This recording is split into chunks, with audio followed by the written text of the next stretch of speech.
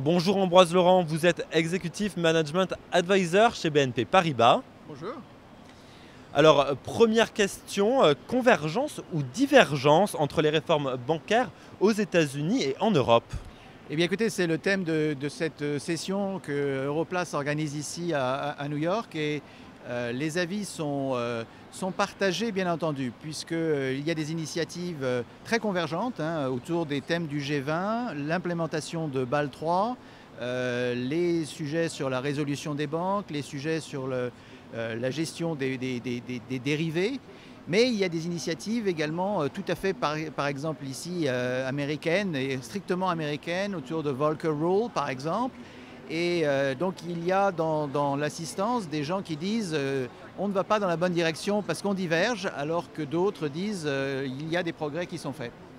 Et je crois que ce qu'on peut dire à l'issue de cette matinée, c'est qu'il y a quand même un sentiment qui est que les sujets nationaux, ici Volcker Rule par exemple, en Europe, tout ce qui tourne autour des débats sur les compensations ou la taxe financière, tendent à prendre le dessus sur ce qu'il faut véritablement réussir à faire, c'est-à-dire rétablir la confiance en adoptant des règles communes.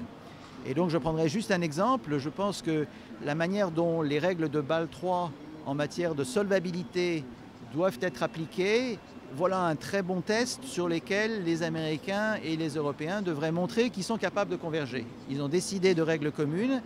Les Européens les appliquent avec beaucoup de rapidité, même plus rapidement que le calendrier prévu. Les Américains n'ont pas encore traduit ces règles et ont déjà dit qu'ils les appliqueraient dans le calendrier prévu. Voilà un sujet sur lequel Européens et Américains pourraient montrer qu'ils arrivent à se mettre d'accord en revenant au calendrier prévu et en appliquant ces règles aux États-Unis.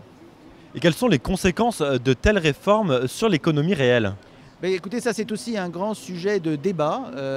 Certains sont pessimistes, d'autres optimistes. Les optimistes disent de toute façon il faut des règles pour garantir mieux la stabilité. Je crois que l'industrie bancaire en est tout à fait d'accord. Les pessimistes disent attention, quand on attend d'une règle nouvelle, on risque de restreindre les possibilités du secteur bancaire d'aider l'économie. En fait, nous en Europe, en tout cas pour ce qui est des banques françaises, nous avons continué à soutenir l'économie française, l'économie européenne dans les marchés où nous sommes implantés. Nos crédits sont en augmentation dans tous ces pays. Ce qui est certain, c'est qu'il y a un repli pour les Européens l'Europe et pour les Américains les États-Unis. Donc c'est clair que dans un monde global, les banques ont plus de mal qu'avant à être aussi actives sur tous les continents. Cela dit, ce que nous souhaitons en fait, et c'est un peu la conclusion de cette matinée ici à New York de ce meeting Europlace, c'est plus de consistance par rapport à l'agenda du G20, un souci des priorités et qu'on n'en rajoute pas constamment.